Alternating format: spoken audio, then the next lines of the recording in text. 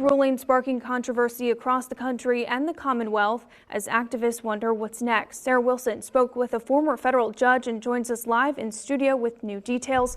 Sarah. Taylor, former federal judge John Jones calls this case unprecedented, and he says it could be over a year until a final decision regarding it is made.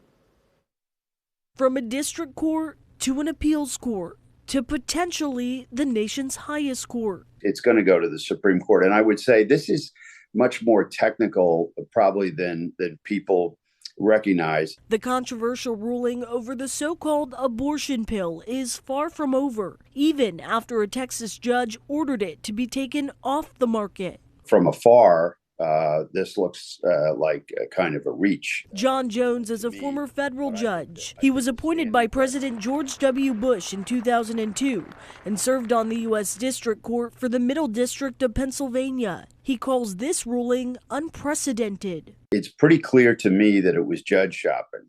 They knew the judge was a rather conservative individual. They drew the judge that they wanted. You know, that answers the question, why did they file the case in Texas? Well, it was expressly for that reason. The ruling is now facing multiple appeals, including one from the Biden administration, that Jones says will likely end up in the hands of the 9 justices on the Supreme Court. I don't think we can predict safely what the Supreme Court is going to do. Jones says the overturn of Roe v. Wade shouldn't be an indicator as to how the High Court could rule on this case. It is difficult to have a judge supplant her or his wisdom for an entire agency that is charged with the responsibility of determining whether a particular medication is safe. Jones also mentioned something called standing, which limits participation in lawsuits. He says that could play a big role in the final decision. The plaintiffs in this case were not people who had used mifepristone. It is possible that it goes to the Supreme Court and they say